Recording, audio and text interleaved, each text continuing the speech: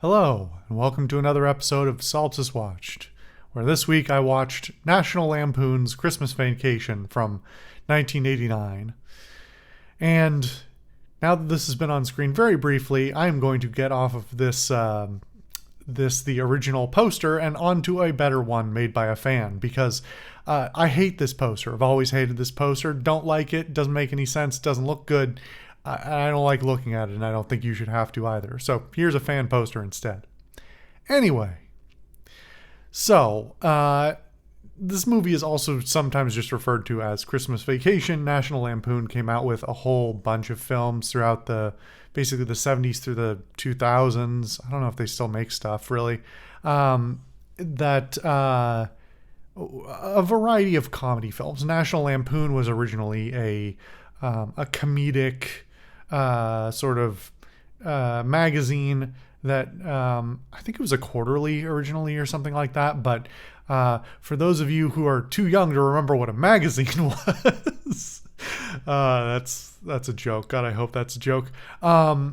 So National Lampoon used to make a whole lot of movies, and most of them were sort of like cheap comedy movies. They weren't supposed to be highbrow. They weren't supposed to be particularly high budget or anything like that. They were made fairly cheaply with a rotating cast of common actors and common writers and stuff like that. There's a whole lot of people who came out of the either the National Lampoon's actors or the writers side of things. So people like like the whole cast of Ghostbusters, a lot of people who ended up either before or after on SNL, things like that. There was a lot of exchange between those sorts of things. So in theory, that's what you're looking for. And as far as I'm aware, the only National Lampoon's movie that I've seen before this is Animal House, their very first one that they made in the 70s. And it's dated for sure, and it's not a fantastic film, but it's one that I think still has charm to this day. And I was sort of hopeful that, bearing the lead a little bit here, I was hopeful that this film would prove to be something more than it appears on the surface. It is a cult classic. It's one that people consider to be a Christmas classic for a lot of folks, and I had never seen for one reason or another. And I'll be totally honest, I don't get it. I don't get why people like it. I don't get why people think it's a good Christmas film. I was deeply bored by most of it, to be totally honest, and I think I only noticeably laughed twice. And that's not necessarily a damning sign, but it's not a good start. I'm not going to pretend that every, especially when it comes to comedy, tastes vary. And I am not averse to lowbrow humor or those sorts of things. But when you're making me sit down for an entire feature-length film, and this is pushing the limits on that a little bit, it's padded significantly on the front and back end by animations and what do you call it, credits and things. And so I think the actual runtime might be less than 80 minutes. I'm not actually entirely sure. Anyway, if you're making me sit down for an entire feature length film, I expect there to be a feature length content in it at some point. I've talked about this before. I can't remember what necessarily in, but ultimately, if you're making a film and it's being presented as a film, it needs to meet some basic hallmarks of a film, including sort of an overarching narrative and characters of some kind, etc., etc. I think I've talked before about how a lot of the SNL films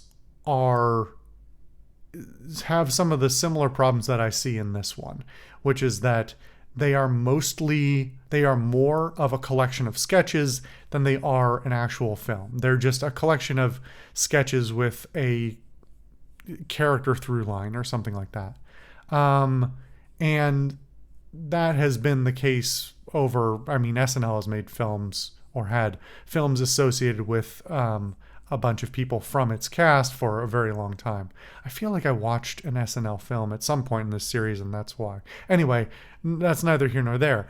The problem with that is that if it doesn't have actual character development, if it doesn't have an actual character, if it doesn't have an actual storyline to follow, then the entire movie hinges on, the audience saying, I already saw the skit that was on the television show and I want to see more of that. Just for the entire time's worth of a movie. And that's not for me. To some people, I guess that's fine. And I'll not yuck anybody else's yum, but for the most part, those are not super well received. This movie, I think, hits some of the same beats and problems that leave me disappointed or bored with it. This is not the first movie. I think it's actually the third in the National Lampoon's Vacation series. I have not seen, as I mentioned before, I haven't seen any of the other ones, but I was hopeful. Well, no, I'm not hopeful. I fully believe that if you make a feature-length film, that even if it is a sequel in some capacity, that it still needs to stand on its own. You're not allowed to show a movie to someone and say, oh, you just don't like it because you haven't seen the other ones, so you don't get it. That's not an argument you're allowed to make. The movie, you can say, oh, you're missing some information, it's not as compelling, but you're not allowed to say if you only saw the previous films, it would all make sense. I don't accept that explanation because it's a feature-length film. If you wanted me to watch an entire series, you should have made a TV series or a mini-series or something like that. That's not how movies work. They are standalone entities.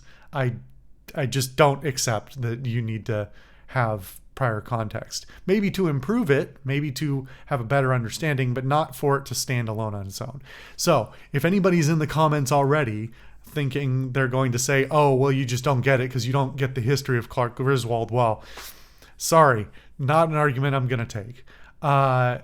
Maybe there is something out there from the previous two films that would inform this more and make this more compelling, but I really, really doubt it for reasons I'll get into in a minute. What the movie should be fundamentally is a story about a middle-class dad trying to make the perfect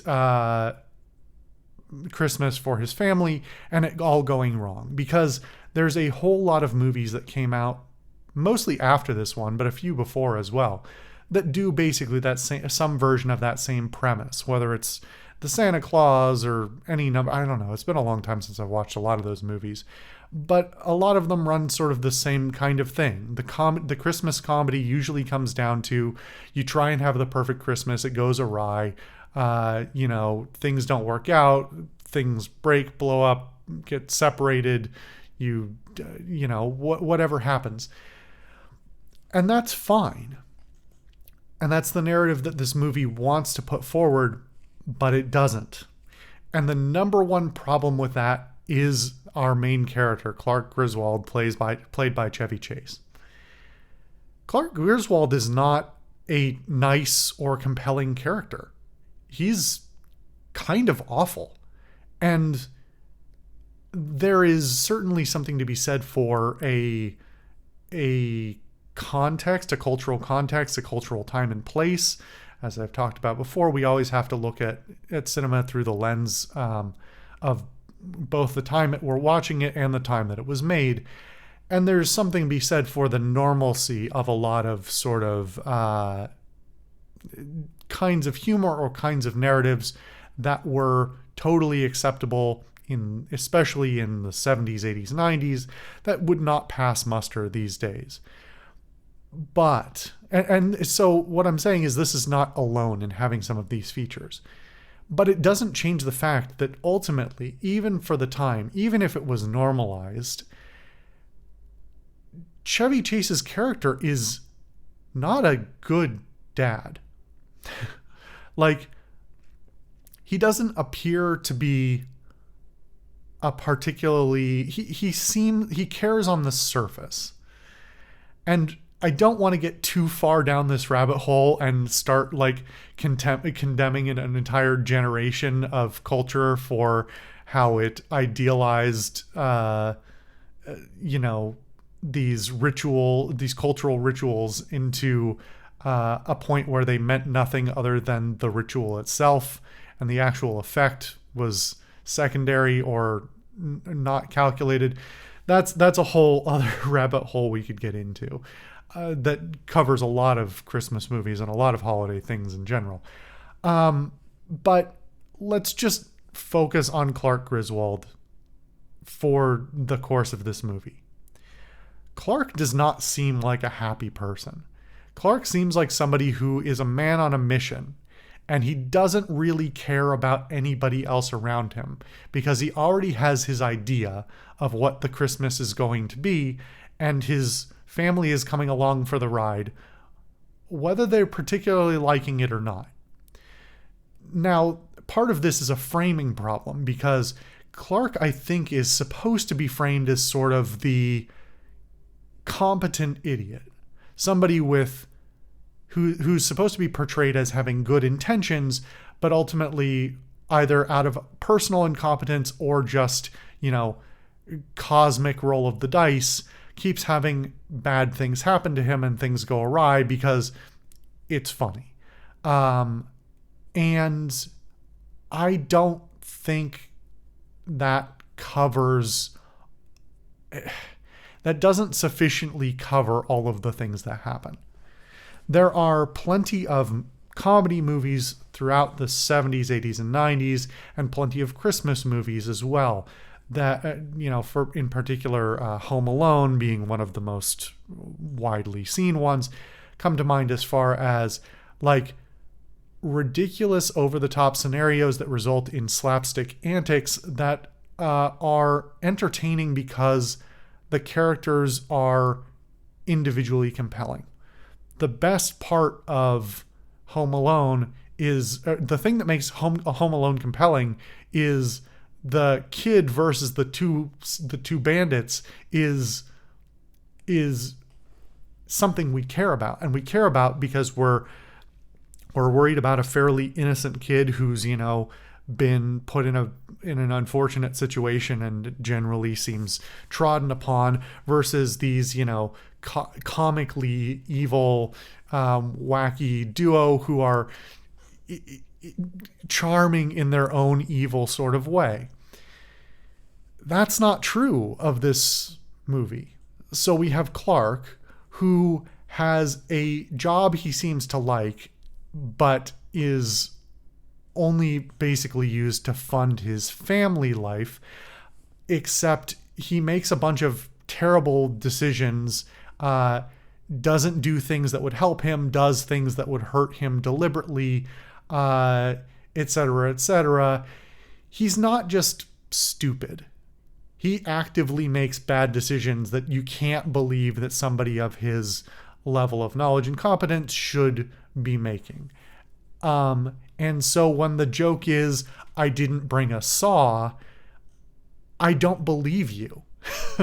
Like, that's literally what it comes down to. I don't believe you. And it's not that I couldn't ever believe you. It's that I need to see you convince me that this is a genuine outcome. The punchline of the first joke in the movie being, I didn't bring a saw, the joke ends there. And it's terrible. Because I don't know much of anything about the characters in the first place at that point.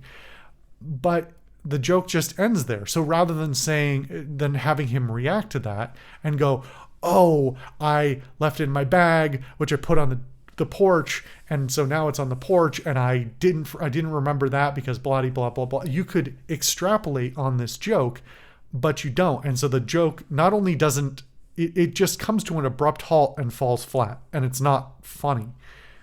And that kind of goes through the entire film. Meanwhile, Clark is just not seeming to have any growth, not seeming to be an interesting character to begin with, because he's just doing whatever suits him and like borderline ignoring everybody else around him, except for in the ways that they are either a motivator for him or a nuisance. Clark seems like the kind of person who imagines his wife and children to be the people he provides for rather than a family. It never hits sort of what is most necessary to my idea of like the idealized sort of somewhat cliche Christmas film, which is, oh, and at the end everybody realized that they were just, going at it a little too hard, and really it was about the meaning of the season. This movie never hits that. Like, it vaguely seems to attempt to me, but it doesn't hit that point at all. So then you have all of these other ancillary characters who are basically just things for Clark to react to. And meanwhile, some of them are completely by accident more compelling. Several of the characters are arguably better acted with less screen time. They are basically all smarter than him, and that includes Eddie. Eddie is a smarter... I would argue Eddie is smarter than Clark is. And oh boy, it just never hits a point where it's anything other than a series of wacky vignettes with fall flat punchlines.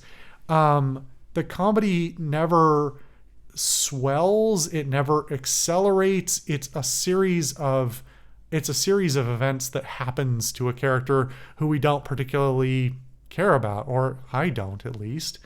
I just don't find him interesting. Meanwhile, a lot of the shenanigans are like a little too grim or too real or too unreal to really be entertaining. That even if they only landed as, even if they were only individual vignettes, they're not really that compelling as individual vignettes either. Because, as I mentioned before, either you have scenarios where it's like, this character should just know better or do a smarter thing. Like, literally any processing power in their brain should fix this scenario before it's a problem. And I'm not above like having, especially for what's I need to get into talking about what slapstick is too. What arguably is a slapstick film, like sometimes you need a character to make an ill-advised choice, and that's fine.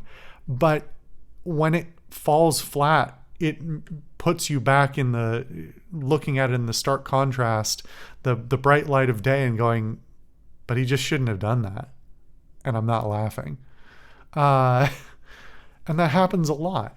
And meanwhile, there's just other kind of ridiculous things that don't flow with the rest of the film.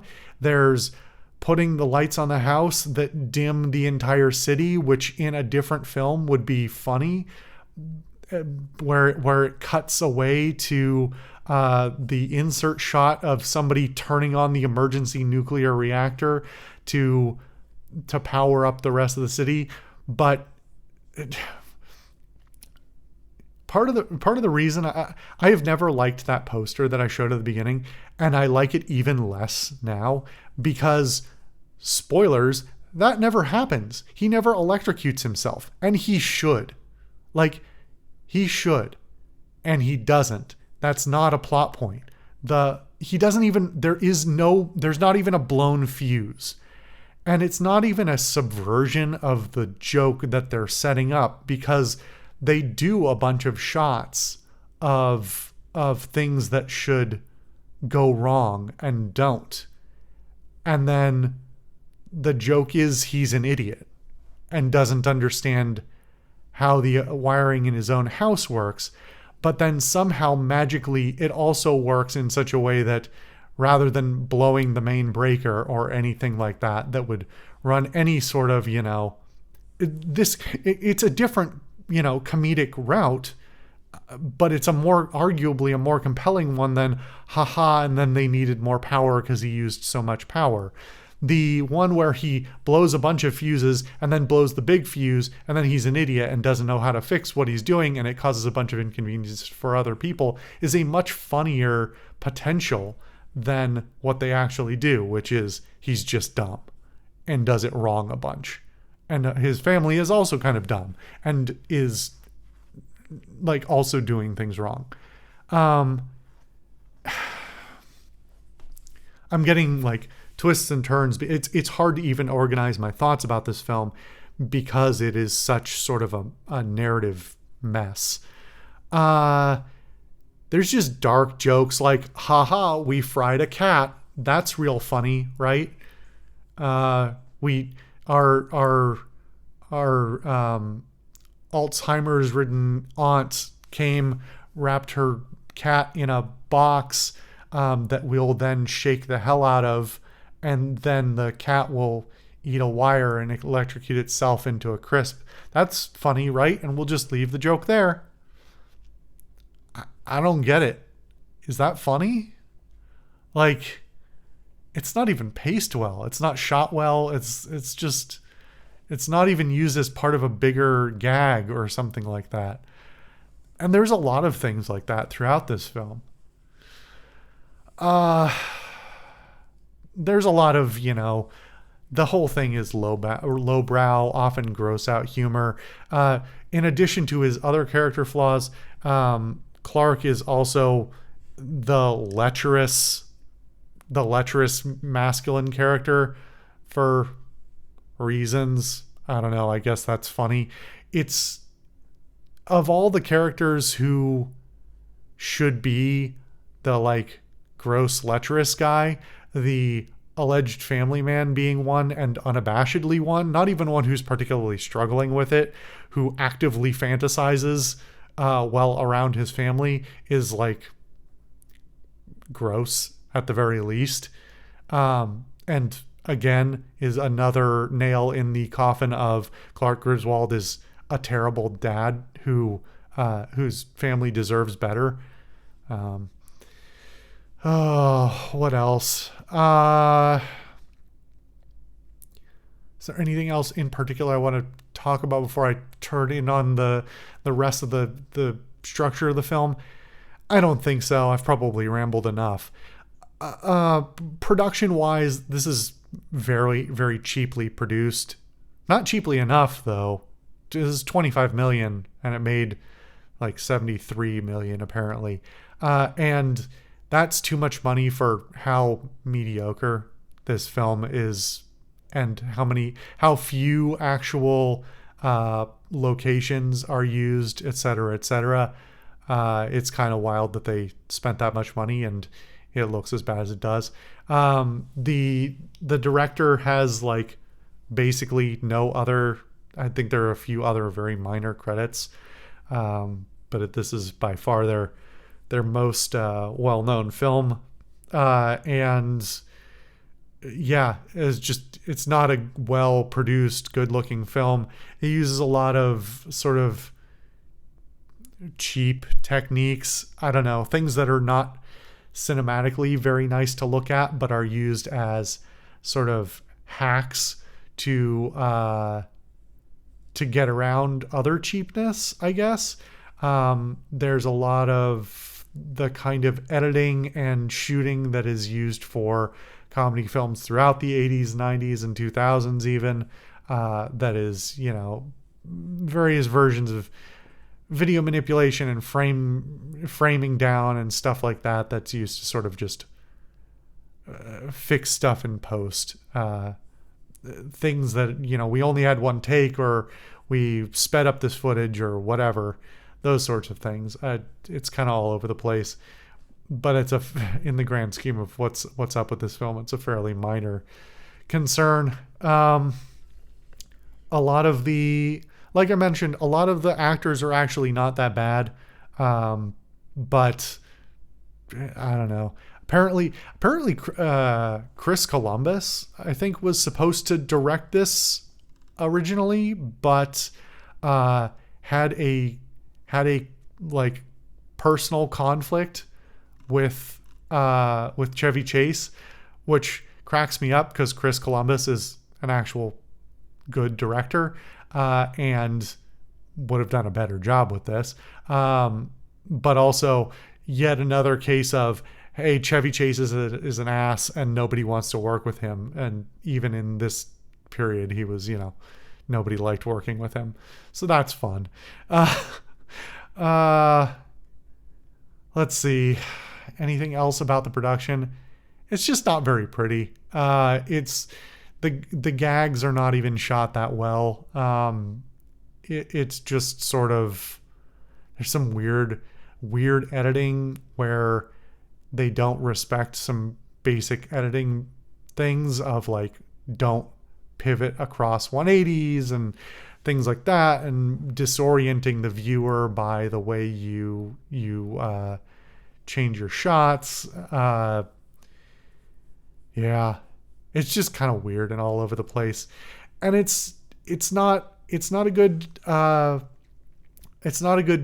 film in general. But I also don't like calling this slapstick, even because slapstick on some basis requires a basis in character work. Slapstick is compelling because you care about the people who it's happening to, or at least feel strong feelings about it. But this movie, for whatever reason, can't even decide whether we're supposed to like or dislike Clark Griswold, because he's so poorly developed, and he acts up in whatever way is necessary for the next shot, or the next scene, or even the next shot.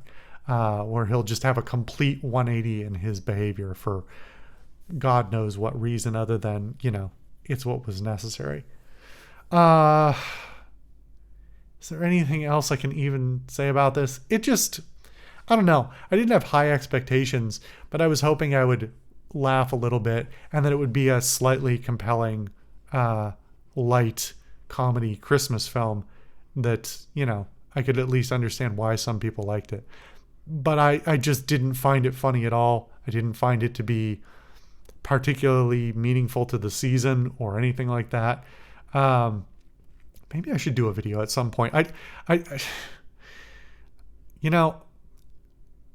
had arguments before about whether Die Hard is a Christmas movie or not. And I have strong feelings about whether Die Hard is a Christmas movie, and whether a lot of what qualifies things to be Christmas movies. This is a bad Christmas movie. It is bordering on not a Christmas movie because it does not fit a whole bunch of what I view as my fairly low standards of what qualifies for Christmas movie. And if not for the fact that this is set around Christmas, that's kind of the only thing that it has going for it, because it barely even manages to hit on the aspect of, familial relations and Christmas spirit, big air quotes. Anyway, this is a weird movie, and I don't particularly like it. I don't really get it. Maybe I'm just missing something, but I don't know. Confused on this one. Thank you guys for watching another episode of Solipsist Watched. I've been your host, the Social Solipsist, and I'll see you guys next time.